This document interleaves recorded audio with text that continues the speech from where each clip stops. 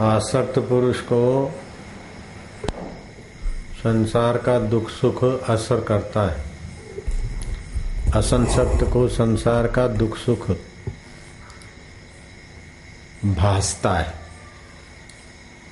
एक होता है भासना, दूसरा होता है होना। जैसे रस्सी में सांप भासता है और सचमुच में कहीं सांप होना है, तो होने में सत्यता है, भासने में खाली। तो जिनको सत्संग के द्वारा गुरु प्रसादी हजम हुई है, उनका चित्त अनासक्त हो जाता है। वो उनमें दुख आता दिखता है, सुख आता दिखता है, लेकिन वे उसमें मिलते नहीं, दुख सुख में डूबते नहीं। मैं दुखी हूँ, मैं सुखी हूँ, मैं बीमार हूँ, इस अज्ञान जनित बातों में वे घुल मिल नहीं जाते। ऐसे पुरुष अनासक्त हो जाते, उनको गुरु प्रसाद की प्राप्ति हो गई। और गुरु प्रसाद की प्राप्ति होने वाले को जैसे मोर का पंख हवा में हिलता है, ऐसे प्रारब्ध वेग से उसका कार्यकलाप सब होता है। सामान्य आदमी, मैं ये करूं तो सुखी हो जाऊं, ये पाऊं तो सुखी हो जाऊं, यहाँ जाऊं तो सुखी हो जाऊं। लेकिन वो महापुरुष का प्यारा सत शिष्य अपने घर में ही खुदाई है तो बाहर सिजदा कौन करे, अपने आत्मा को जान लेता है। गुरु प्रसाद से, जप से, सत्संग से, सेवा से वो इतना ऊंचा हो जाता है कि उसको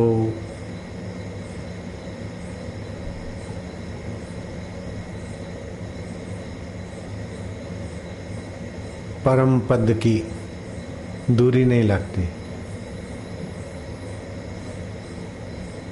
वास्तव में वो परम पद ऐसी कोई क्षण नहीं जो हमारे साथ न हो। अपना आत्मा तो सदा ही रहता है।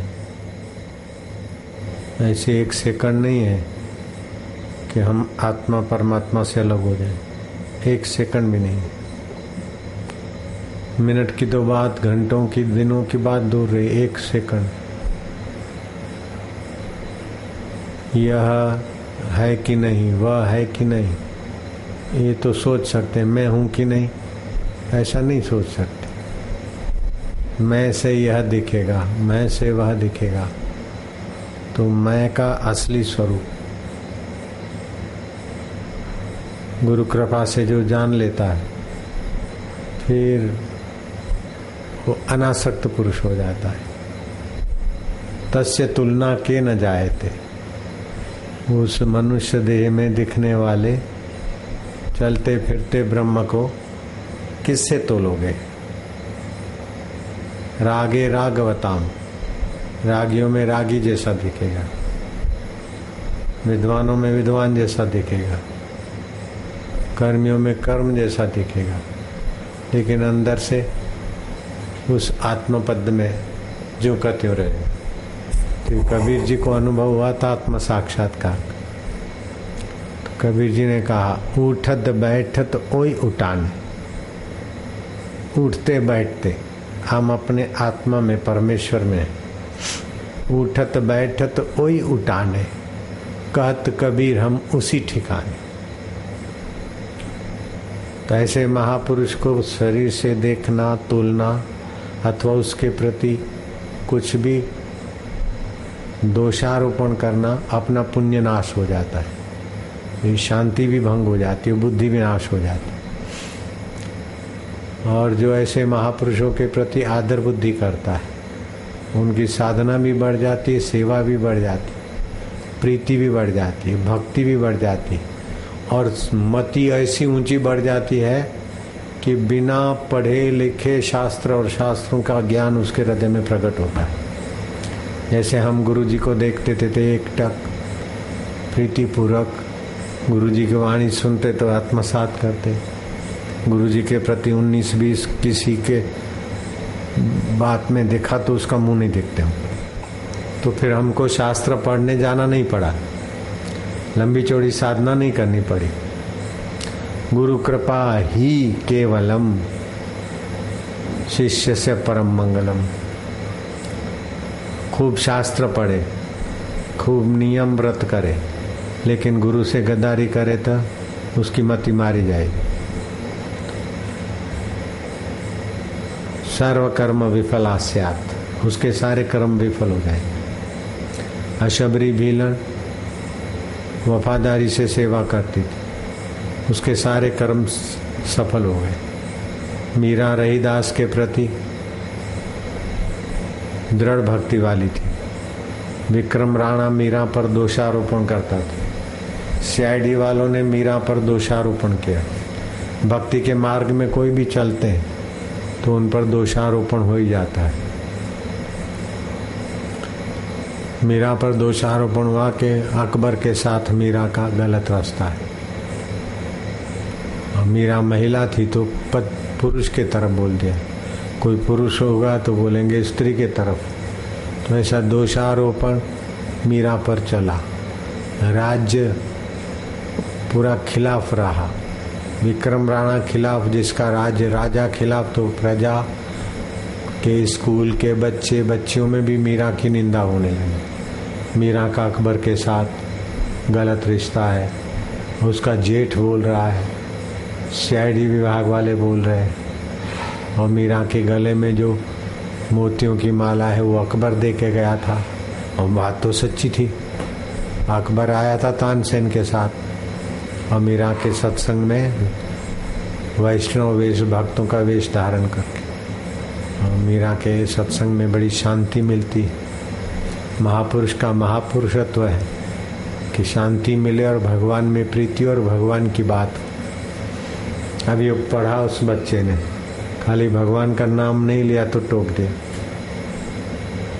भगवान की जहाँ महत्ता है, भगवान का जहाँ ज्ञान है, भगवान की जहाँ शांति, भगवत प्रीति, ऐसा संतों का सानिध्य बड़े भाग्य से मिलता है। एक तो 84 लाख योनियों में मनुष्य जन्म मिलना कठिन, मनुष्य जन्म दुर्लभ है, और उसमें भी महापुरुष का संपर्क अत्यंत दुर्लभ है। मनुष्य जन्म मिलना, फिर उसमें श्रद्धालु होना, और श्रद्धालु होकर भी वैदिक ज्ञान, गीता, भागवत, रामायण, योग वशिष्ठ, ऐसे वैदिक ज्ञान में श्रद्धालु होना ही और ऊंची बात है। और फिर वैदिक ज्ञान में परम पद को पाया हुआ महापुरुष का दर्शन होना और ऊंची बात है। और उस महापुरुष को गुरु रूप में पा लेना और ऊंची बात है। और उस गुरु रूप में पाकर अश्रद्धालु के अथवा निंदक के चक्कर में न आना, ये परम ऊंची बात है। और वो मेरे को भगवान की दया से प्राप्त हुई, मेरा काम बन गया। जिसने मेरे को पूरी हलवा खिलाया, बड़ा आदर किया, लेकिन गुरु जी के प्रति जरा सा चेहरे पर शिकन देखी, मैंने तो उसका मुंह नहीं देखा। अगर मैं उसका मुंह देखता, उसकी बातें सुनता, तो मैं अभी यहाँ नहीं होता, कोई और तपस्या वपस्या में झंझट में पड़ा होता। अभी भगवान नहीं मिलते, भगवान में और हमारे में खूब दूरी रहती। जिसने अपने गुरुदेव में भगवान नहीं देखा, तो दुनिया में भगवान क्या देखेगा, अपने में भगवान क्या देखेगा। लोग बोलने को तो बोल देते, गुरु ब्रह्मा, गुरु विष्णु, गुरुदेवो महेश्वरा, गुरु साक्षात पर ब्रह्मा तस्मै से गुरुवे नमः। लेकिन वो ब्रह्म स्वरूप गुरु में ब्रह्म भाव स्थित हो जाए, ब्रह्म बुद्धि स्थित हो जाए, तो फिर गुरु के हृदय में अपना ब्रह्म अनुभव छलकता है। अब वो तो कैसे छलकता और कैसे होता है, ये बात करने में फिर हम दूसरी दुनिया में चले जाते हैं। गुरु के साथ जो श्रद्धा भक्ति वाला शिष्य साधक का बातचीत और संवाद होता है, वो याद करो तो मजा आ जाए। सम्राट के साथ राज्य करना बुरा है, और लीलाशाह बापू जी के साथ भीख मांग के रहना भी अच्छा है। एक शाम को गुरु जी सुबह शाम नैनीताल के जंगल में जब कुटिया थी वहाँ रहते थे तो हम भी साथ में कुटिया में रहते थे। बापू जी